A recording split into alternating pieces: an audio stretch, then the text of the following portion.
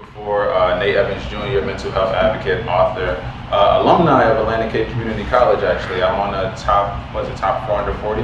So yeah, it's an honor to be back here. This place looks completely different than when I was here, and that wasn't just a few years ago. I graduated, I think it was 15. This room wasn't even here, at least I don't think it was. But it was completely different, but it's cool to come back and see what it is now. This was a stop on my journey to where I am today. It actually was not my first option. I'm a first generation high school graduate and first generation college graduate.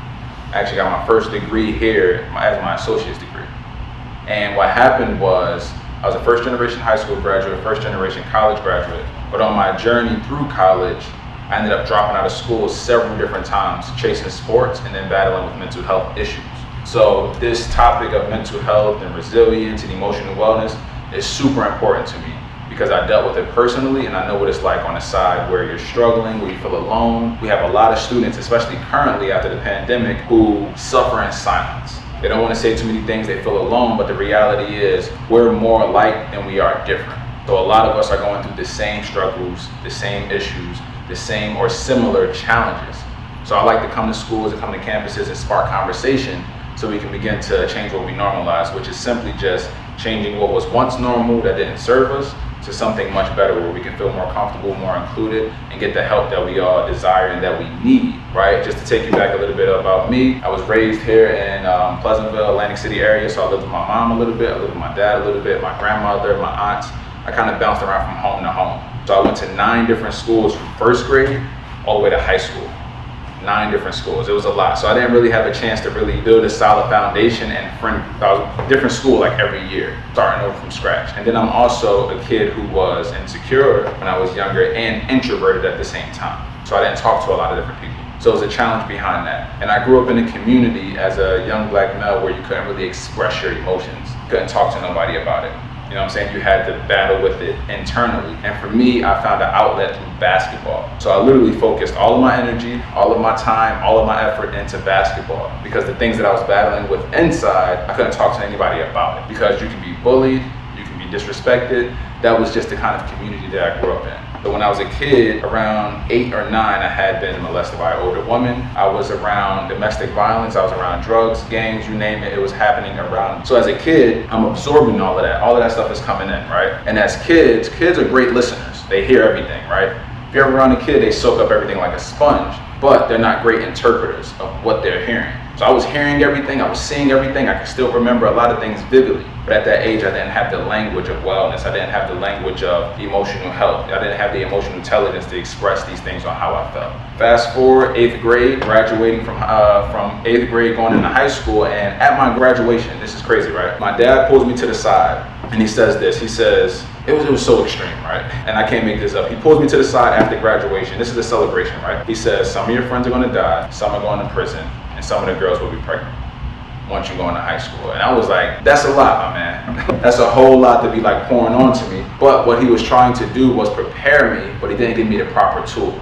He didn't give me the tools to be emotionally fluent to make the right decisions. He just told me some harsh realities, and he wasn't wrong. Shortly after my 8th grade graduation, somebody that I actually walked with in my graduation was shot in the head, literally. Right after that, we get into high school, girls started having babies. They actually made a teen center within my high school for girls who had babies, like it became normal. People were dropping out. One of my close friends went to prison. Like, it was insane, all of these things that were happening. And these were like all really traumatic experiences. So fast forward, get to senior year, I'm making my way out of high school, right? I thought I made it out, whatever that means, right? Made it out. So prepping up, I got a scholarship to go to play basketball in Memphis, Tennessee, full ride. My parents don't have to pay anything. I'm prom king, I'm Mr. Greyhound, I'm just killing it. So I'm thinking in my head like, oh, this is it. After I get out of here, everything's gonna be smooth sailing. I don't have to address these traumas, these issues, these things going on. I can just go play ball, get some money, send some home, live my life in peace. But as we know, life doesn't work that way. You don't just go through life in peace. You have to go through different situations. You have to build resilience. You have to continue to grow, especially if you're striving to do something great.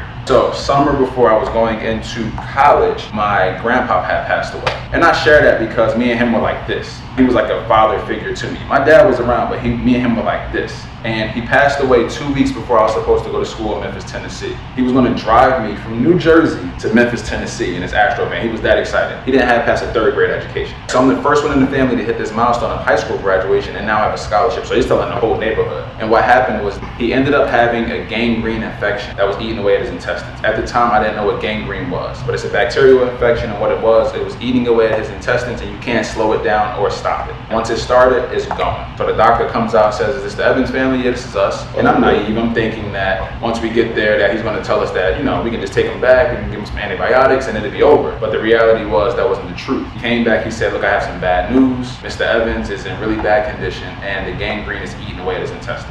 And when he said that, I'm like, "What is that? What's going on?" He said, "Look, he probably won't make it till morning." So this was like a hard pill for me to swallow on top of everything else that I had been battling with mentally. This was like the straw that broke the camel's back. And we all have that different kind of situation in our life. That was mine. This is the person who I felt like loved me the most. He was going to drive me down to school. Like, I felt like I was making the family proud. And I was also running from all this other trauma at the same time. And this just hit me. And I didn't have the language. I didn't have the intelligence. I didn't have anything to express how I felt. And I didn't feel comfortable sharing it with anybody. So what did I do? I bottled it up. I ended up going down to school after he passed away about 2 weeks later, down to Memphis, Tennessee for basketball. And when I got there, things just weren't right. Let me use this analogy. When you have a Sprite bottle, right? Say if you have a soda bottle, soda can, you shake it up. What happens when you start twisting the top? Pops, right? So imagine that being you, right? Because that was me. I had got to that point where life had shaken me up so much that when he passed away, when they started cracking that top, I felt like I was going to explode. So I'm down there for basketball, full ride scholarship, everything's paid for, but mentally I'm struggling every day with severe anxiety, severe depression. I end up leaving after the first semester, telling the coach, like, "Look, I can't stay." And he's like, "Yo, you're on full ride, like, scholarship. You know how many people would kill for a full ride scholarship?" Mentally, I just wasn't there. So I ended up leaving. I went down there, left after the first semester, came home. I actually started taking classes here at ACCC for a little while. Taking a math class here, English class here, kind of got back into it. I ended up getting another full ride scholarship to play basketball in New Mexico this time. I had went to a tournament in North Jersey called the EKB. Did very well. Scouts and stuff see me, they called me. I went out to New Mexico and I played out there for a year. But I ended up coming home again because of the same issues from before. You can't outrun the trauma, right? You can't outrun the pain. You can't outrun any of these things. It follows you everywhere. We think that we can move to different states, different cities, and it won't follow us, but it will. Because everywhere you go, there you are. Everywhere you go, there you are. So I ended up coming back home, working a little bit, doing the different things. Went up to North Jersey this time, to Caldwell University. It was Caldwell College at the time, but it's now a university. I went up there, was there for a year and a half playing ball. Me and the coach wasn't seeing eye to eye. I ended up leaving again. So there's a repeating pattern of me running, but it's not from the hard work of basketball or school. It's running from trauma. Anything that seemed traumatic to me, anything that was bringing up those memories, I had to get away from it quick. So I ended up coming back home again. And during this time of me being back home, I've already been out of high school for a few years. I started working and things like that, but people I graduated with are now graduating college.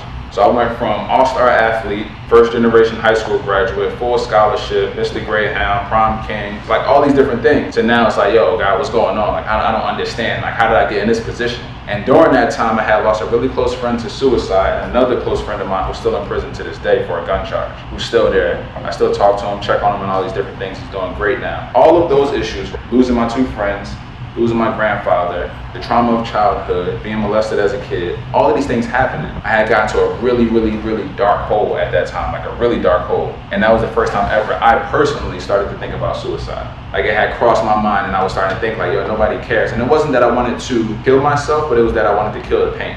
That's what it was. But I was blessed to have close friends, as I hope some of you have in here, that really care about you and love you.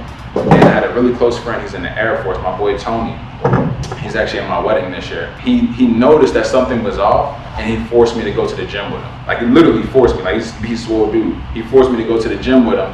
When we went to the gym, what happened was he introduced me to two other men that looked like me. And this is important because he introduced me to these two other men, and before we would work out, we would sit in a room like this, the locker room, and we would talk for like 30, 45 minutes.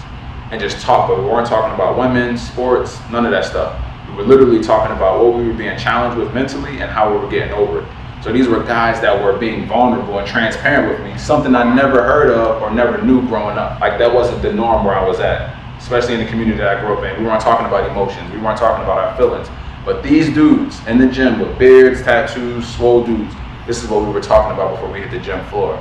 And that's when I started to really get on my healing journey, and I became a mental health advocate at that point, but everything still wasn't all good. Because shortly after that, I started coming back to school here. And I actually finished and got my associate's degree here, and I was playing basketball. Schools wanted to recruit me, but the challenge is this now. You've been out of high school, I don't know, 4 years, maybe 5 years at this point. You have a car note, you have other expenses, so I can't play ball for free. Like a scholarship isn't enough no more. Unless you're about to pay my car note, I can't play for you. So I had 2 years of eligibility left to play basketball after I graduated. I forfeited all of it, ended up going over to Las Vegas to an overseas tryout. I'm like, look, I'm gonna make a pro team. Everything's gonna be good. Like, I got my associate's degree, it is what it is. And I went over there, played lights out. I'm like, yo, I know a scout or somebody's gonna call me. I know somebody's gonna reach out to me. I get back home, I'm waiting by the phone, I'm waiting by the emails, checking them every single day. Nothing for the first week, nothing for the second week, nothing for the third week. So now I'm discouraged. And now that insecurity starting to build up again, like not feeling worthy, not feeling seen, feeling less than, feeling like, yo, how did I get to this point? How did this happen? Why is this happening to me? And there was someone who reached out to me, right? A scout that reached out to me, and he wanted to recruit me, put me on a team over in England, and they sent the contract, right? So I get the contract, I'm excited, I'm telling everybody about it. But I'm like, you know what, let me check this situation, let me vet this first. I take the contract, I have friends who play professional overseas, NBA, all this stuff. So I'm like, hey, can you look through this to make sure it's like legit? They go through the contract, everything looks good until you get to the last page. There's a clause in the last page that wants me to send over $2,500, like wire over $2,500. Now, if you know anything about sports, recruiting, whatever it is, if somebody wants you, they'll do whatever to get you. They'll pay you, whatever it takes, they're gonna make sure they come get you. You don't have to give them anything, you just have to go and perform. That was a red flag for me. So I reached out like, hey man, I seemed a little off, can we talk? Long story short, it ended up being a scam. So what happened was when I was at the overseas camp, there was somebody who hacked into the system and was reaching out to players trying to get money. So I had got a part of that list of names that they hit. So just imagine how I feel now. Like I can't even get a real scout to like call my phone to see if I can play. I gotta get scammed. And then I ended up back home playing ball at the rec center in Pleasantville. I went up, we were just playing open gym. I went up to go for a dunk. Somebody undercut me, I fell down, twisted my ankle pretty bad, and I had to be put in a boot. I had tore a bunch of ligaments in my ankle and I had to wear a boot. Now the challenging part is this. For somebody who's active, as I'm sure some of you are, one of the most challenging things to do is to have a boot on or have something that prevents you from doing a thing that you used as an outlet. Basketball was the outlet for me mentally, but now I can't play basketball. I can't run, I can't jump, I can't do anything but sit with this boot on and sit with my thoughts. And you have to ask yourself now, when was the last time you sat with your thoughts and just sat there like, what am I thinking about? When was the last time you actually done that? And that was the first time I heard the internal language. I heard the things that I was saying to myself, the hurtful things that I would never say to nobody, especially none of y'all. I would never say these things. And how I was constantly tearing myself down over and over and over. And it was at that point when I realized like I have to make a change. Because I know what this pain feels like. I know what holding in my emotions feel like. I have family members who's going through all different types of things. I know what that feels like, but I don't know what healing feels like. So it was at that moment, I had the boot on, I was going through school, getting things done, and I had started going to Rowan University to get my bachelor's degree. So at this time, the boot's off, I'm kind of getting back into motion, I'm not really playing ball anymore, and I'm like, I need to complete this thing. I need to complete what I started. At that time, I started attending a church down the street, Fusion Church. I still go there now, I actually serve there. And we have these cards where you can sign like if you want to get baptized. So I had filled out one, you're like, you know, I want to get my life right. Like I want to get things right. I don't want to like have one foot in, one foot out. Like I really want to change my life, right? I really want to commit to something. So I remember filling out the card, submitted, I didn't think much about it. And I was leaving class one night, driving from Rowan, and they called me on the phone, like, hey, is this Nate? I'm like, yes, it's Nate. Yeah, we're doing baptism this Sunday. This was like Thursday night. I'm like, this Sunday? Yeah, 10:30, can you make it? And I was hesitant, but I remember the promise I made to myself to commit to my own healing, to commit to my mental wellness, to commit to growth. And it didn't feel like it was the right time to commit, but when I thought of that, I'm like, it's not the right time. I feel like I want to be a little bit better. I feel like I want to be in a better mental space. It made me realize that that was the right time. It's never really going to feel like the right time to start doing better for yourself. So for me, I was like, you know what, I'll do it. Shortly after that, I got baptized that Sunday. Shortly after that, I started going to therapy. Something I avoided for years. It's not that I couldn't afford it or I didn't have the insurance. I just avoided it because I didn't know. And a lot of us run from what we don't know. I grew up where it's like if you went to a therapist, you were considered crazy, whatever that meant. Now that I go, I talk about my therapist proudly. Like, man, I should have been had a therapist. It's like a cheat code. It's like having someone that just boosts you up. It's really like having a personal trainer if you go to the gym. It's like we work on our physical bodies, but it's like, what about our minds? What about our emotions? And from there, the blessing in all of that is this, and this is why I shared this. When I started going to therapy, it opened up the door for family members to start going because they were just waiting for somebody to step up first. So I was the trailblazer to be like, look, I'm gonna start going. They seen how my life started to change, how better I was, how I was like really working on this whole healing thing. Emotionally, I was better. I was able to have conversations with different people that I wasn't able to do before. So then people started looking. My dad, he started looking for a therapist, my brother, my mom, my cousins, all because I decided to go ahead and go get my healing and go address the issues that I had. So I always say that our stories are about us, but they're not for us. You know what I'm saying? Like your story is about you, but it's not for you, it's for someone else. And that's why you have to focus on you. That's why you have to be the priority. That's why you have to work on your own mental health, your physical health, your spiritual health, all these things, because it's somebody else that needs that on the other side. So from there, did what I had to do, still in therapy now, loving it, it's great. But now I get to go around the country and share my story, because I started writing from that. I wrote multiple books, I have a bestseller, I started my own business, and I was able to look back at and connect the dots. Because I always thought basketball was my only way out. That was what the hood painted. It's like, yo, you can only do basketball. But like as a kid, I was very creative, I was a great writer. I was very well at articulating my words, I was very artsy. But I put it all away because nobody nurtured it. They only nurtured basketball where I was at. So that's all I used. But now I look at it, it has allowed me to travel the country playing basketball so I can speak to all different types of people. So everything always works out. It's just all about the mindset you have, right? So I can look back now like, dang, you went to 9 different schools growing up, 5 different colleges, you dropped out this, and this. And now I realize like, oh, that's my superpower. Like people pay me to come talk about that now, which is, it blows my mind to this day that people even want to hear my story. And that you also pay me for my story. But there's power in that, and I always tell people there's different outlets to these things. So utilize the resources that you have here, you know, to the max benefit. When I was here, I didn't necessarily utilize them as I could have, but I did have some amazing professors while I was here. Dr. Joy, who's over at Stockton, Mr. Forrest, who might still be here actually. Forrest? Yeah, that's my guy. Is he still here? Yes. All right, I gotta go see him. He's I incredible. have a class with him. Oh yeah? Yeah. Does he still do the stand on the top of the desk thing? He still does that? He's still doing it? He got good knees, man. He's still doing that? All right, yeah, because the first day of class, he's still on top of the desk. And it depends on what class you take, but yeah, he's still doing that. Okay, all right, so he's still doing that. All right, cool. So, you know, in synopsis, that's my story, and I always encourage people to first heal from whatever it is that you're going through. We all have different things. But then, you know, share your story because it can encourage somebody else. When I wrote my first book, I was really hesitant to put it out. But when I finally got it out there was a young man who reached out to me who had read the book 10 times and he said it saved his life. Now imagine if you don't tell that story. So it's like, who else is missing out on that blessing because you're hesitant, you're doubtful, and you're not really doing all the things that you want to do, or you're trying to fit in, you're trying to be cool, right? But you're holding back your gifts and the things that you have, right?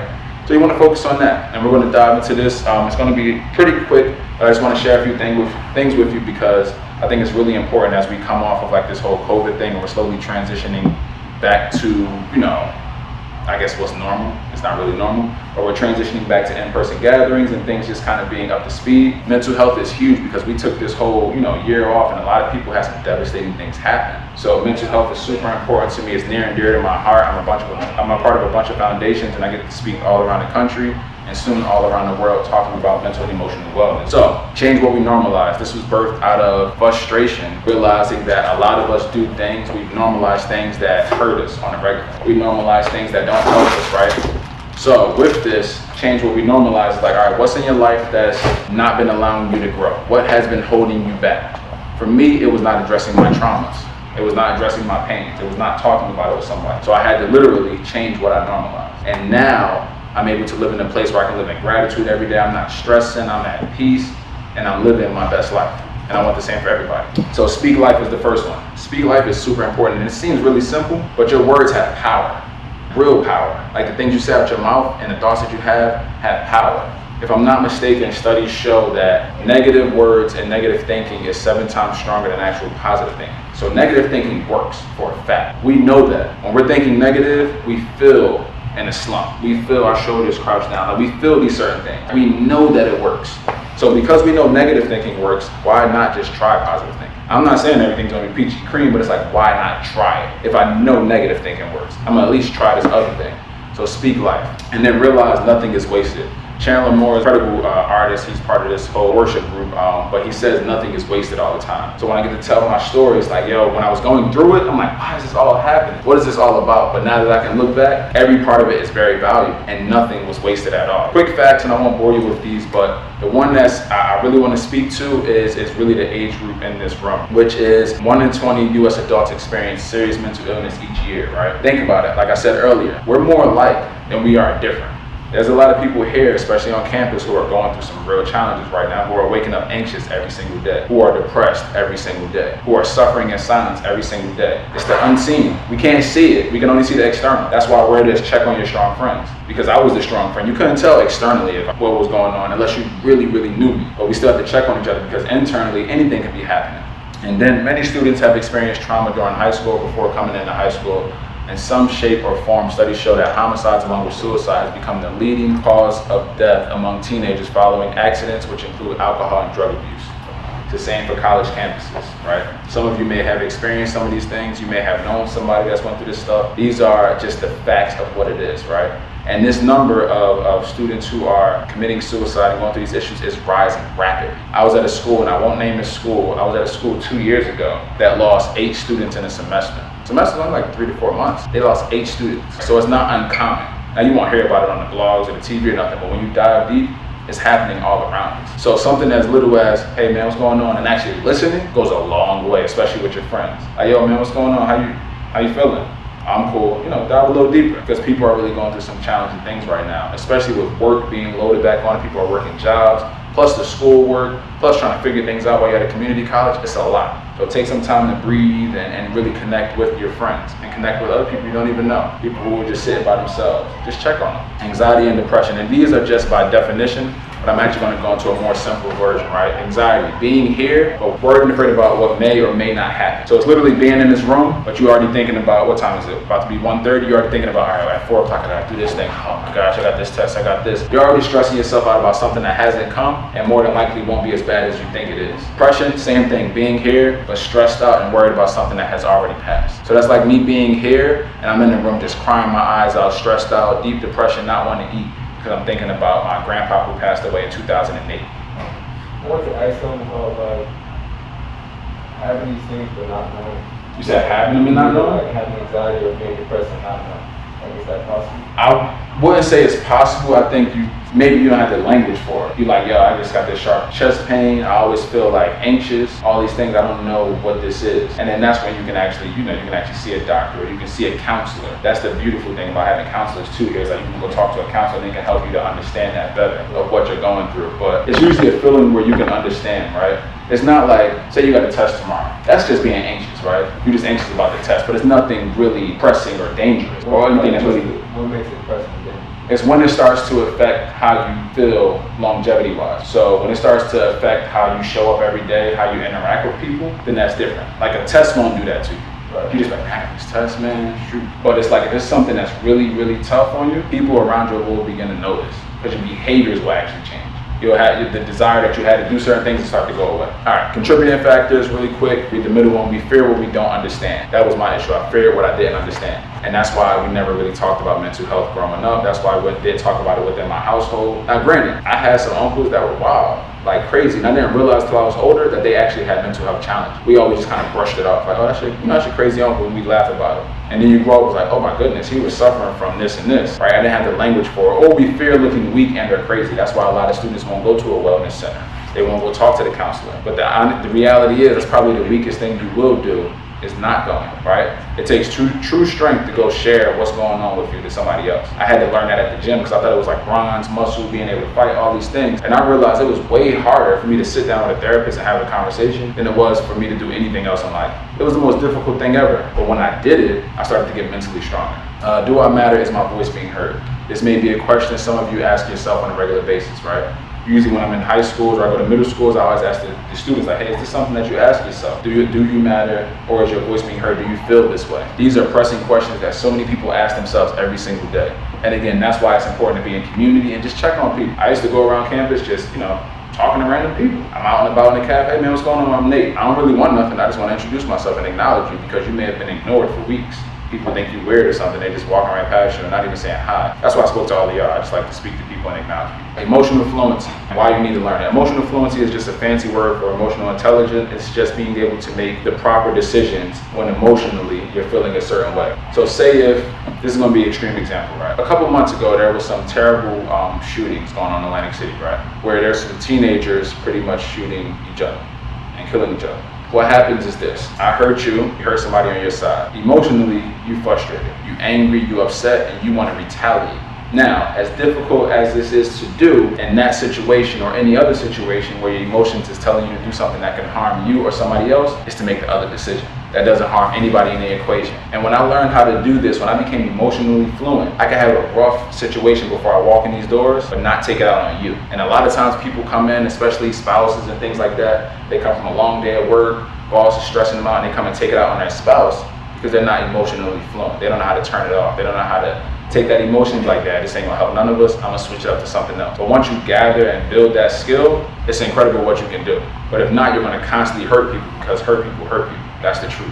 Emotional fluency, it focuses on changing your internal world so that your presence positively impacts you as well as others. So that's just by definition. Once you become emotionally fluent, you can actually help yourself and help others and be able to control your emotions. You want to be able to control these things, especially if you play sports. That's for sure. Because I remember yelling at the coach a few times and getting pulled out the game because I just didn't have it for no reason. And you never know who's in the stands, scouts. I don't know if y'all saw like Last Chance U, any of that stuff. My man, that kept getting pulled out the game or whatever. But we all listen to music in this room, right? Safe to say. We all have our favorite kind of music. Now, I'm guilty of this, or I was guilty of this. In the past, say if I was upset or, me and my fiance weren't on the same page or something, I would go listen to music that promoted the negative thoughts. So if I was upset, depressed, I'm going to listen to some Mary J. Blige and be even more upset and depressed.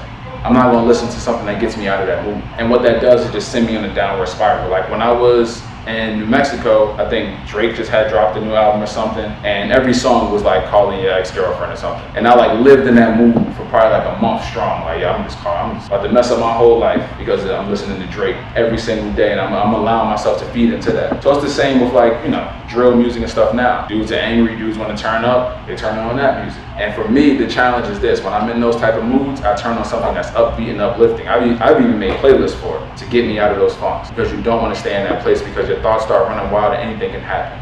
So when those thoughts do come up, those negative thoughts, ask yourself, is it true? Is it helpful? Is it kind? Because you talk to yourself more than you talk to anybody else. That's the reality. You're talking to yourself right now. So when thoughts come up in your head, thoughts that don't serve you, thoughts that pull you down, ask yourself, is this true? Probably not. Is it helpful?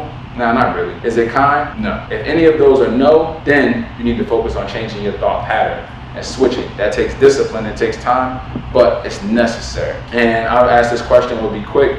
How has social media influenced your emotions and or mood?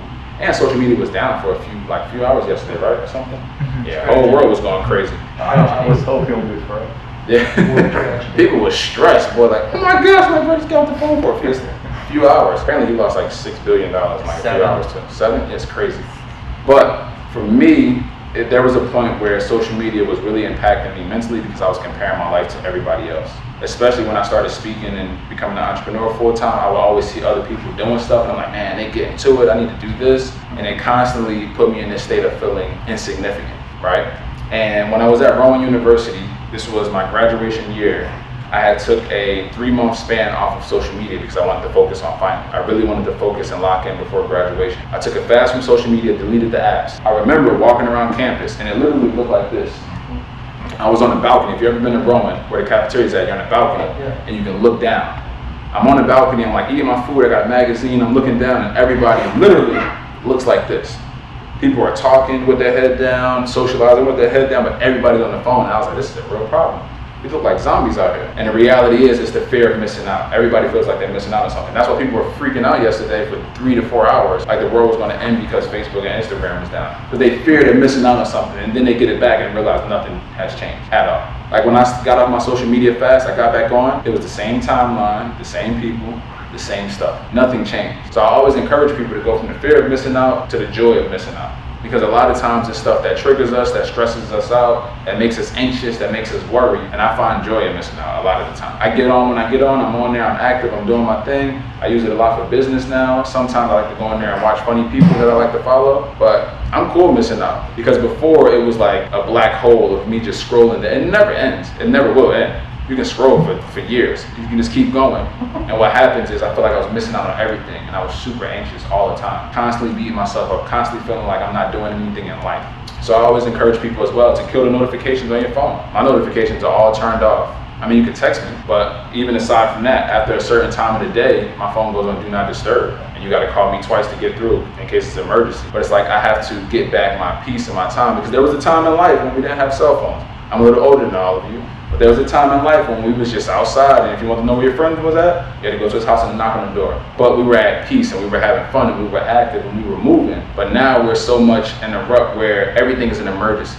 We wake up to our phones, literally. Wake up to your phone like, oh my gosh, this.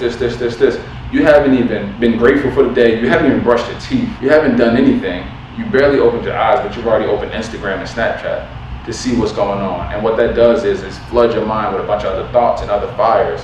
And you haven't even said like, hey, what am I thinking today? How do I feel? And done some self-inventory. So kill the notification. And there's pros and cons to each thing. I'll run through these really quick. Pros for social media: networking, connection, marketing, inspiration, motivation, learning tools, entertainment. I like social media. It's a great tool, but it can be devastating to many because of the abuse of social media, right? Cons: it can be time consuming. How many of you, and just be honest, actually you don't gotta raise your hand because I don't want to put you on the spot, but you've been in the bathroom with your phone way longer than you need to be. Just sitting on the toilet, you look up and it's 30 minutes later, your butt done fell asleep, you get up, your legs is tingling, because you've been there for a while. It's time consuming, it can suck you in. I've been there, trust me, that's how I know. It's addictive, can hinder your social skills. I was coaching basketball at Pleasantville High School, assistant coaching, and I remember driving to an away game, and it was really dead quiet on the bus, and I'm like, why is it so quiet? And I look back, I'm like, because when I played basketball, we was turned up going to a game, we was having a good time, talking, laughing, joking around, and I look back and everybody's on their phone talking to each other via Snapchat and texting and stuff. I'm like, this is crazy. Social skills were just in the basement, right? So it can hinder social skills, can influence anxiety and depression, cyberbullying, as we know, which is a huge deal, but we kind of downplay, but it's a huge deal. You're pressed to be someone you're not. There's a lot of people who live two lives. There's somebody on social media that they're not in person. I know many people like that, right? And the comparison trap is which was the trap that I fell into. So here are some methods, right? And if you want to, you can screenshot this. These are important, but minimize your screen time, right? Use an actual alarm. Who has an alarm clock? 1, 2. Nobody else has an alarm clock. I can almost guarantee like 95% of the students 97% of the students on campus don't have an alarm clock. They use their phone, right? And there's nothing wrong with that, but if you want to create more discipline and limit yourself from that temptation, get an alarm clock. It costs as much as a sandwich that you'll get here, right? Meditate, exercise, these are two of my favorite. You can delete apps off your phone for a while, move social media apps to a different page if you have iPhones or Androids. Journal is huge. I do it every morning at 5 a.m. with a group of like 50 people. We get up and journal. Really dope exercise, right? Time management, plan your day. Your college students, plan your day out. Plan time for yourself. Plan time to be at peace. Plan time for some hobbies that you love to do. Don't allow it to consume you. Surround yourself with people who will build you up. Great friend groups, right? Don't hang around with people who tear you down just because you don't want to be alone. It's better to be alone than to be with people that want to tear you down. Seek mentors, mentorship. I'm sure you're mentoring people as well. Maybe not even intentionally, but it just happened, right? Which is a beautiful thing. And then there's also like wellness centers, counselors, and people that you can talk to. So check on your strong friends. This was a Instagram post I put up maybe 2 years ago because I had a haircut. And I put this up because I had a thought in my mind. And I was thinking about myself and just some friends. And I'm like, man, you can't really tell what's going on with people. I had just visited a high school, I think it was Oakcrest, and they had lost one of their like star students who was like showing no signs, no symptoms, anything. And he had left a letter to his parents before he like killed himself. And it really hit me hard because I'm like, you can't really tell. That's why we have to be on top of it. Like, yo, check on your friends. Say hi to people. You know, be nice. Something as simple as that. So as you can see, there's excited, happy, anxious, suicidal, depressed, struggling. You can't really tell what's what from the outside. And that's why we can't make assumptions. A great book that I love is The 4 Agreements. Don't make assumptions at all. Never make assumptions. Because the person sitting next to you can be going through some real stuff. But you're making an assumption, oh, they all right. They always good. It's not the truth. So old self-love to new self-love. And I always challenge people with this as well, because I teach this in a longer format, like my coaching community and things like that. But a lot of people stand at these 4 parallels: birthless, rejection, abandonment, and abuse. more than likely one of these four have latched onto you. For me, it was worthlessness growing up. That was the thing that bothered me the most. That's what I identified with. But you do have a choice. So now I can step in greatness. If you were rejected, you felt rejected as a kid, rejected growing up, rejected because you're here, you can now be in a mood of chosen. If you were abandoned, if you feel like people left, you feel like you came from the foster system, you feel like your family just abandoned you, your friends, whoever it was, because you want to make a change to better yourself, you could be redemptive, right? If you were abused, me, like I told you earlier, and I'm not ashamed about it because it frees people up. But I was molested as a kid by an older woman. You would think that guys go, oh, that's cool. It's like, it's not cool. When you're a kid, you can't process these things. You don't want these things to happen. But now I can walk into purpose, right?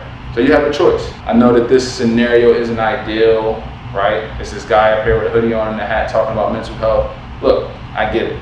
But you don't have to leave this room the same way you came in. I don't believe anything happens by accident or by chance. Like everything is like divine connection with me. So whether it's 2 people or 2,000, I believe it's always divine. You don't have to leave the same way you came. And I always love to finish with affirmations.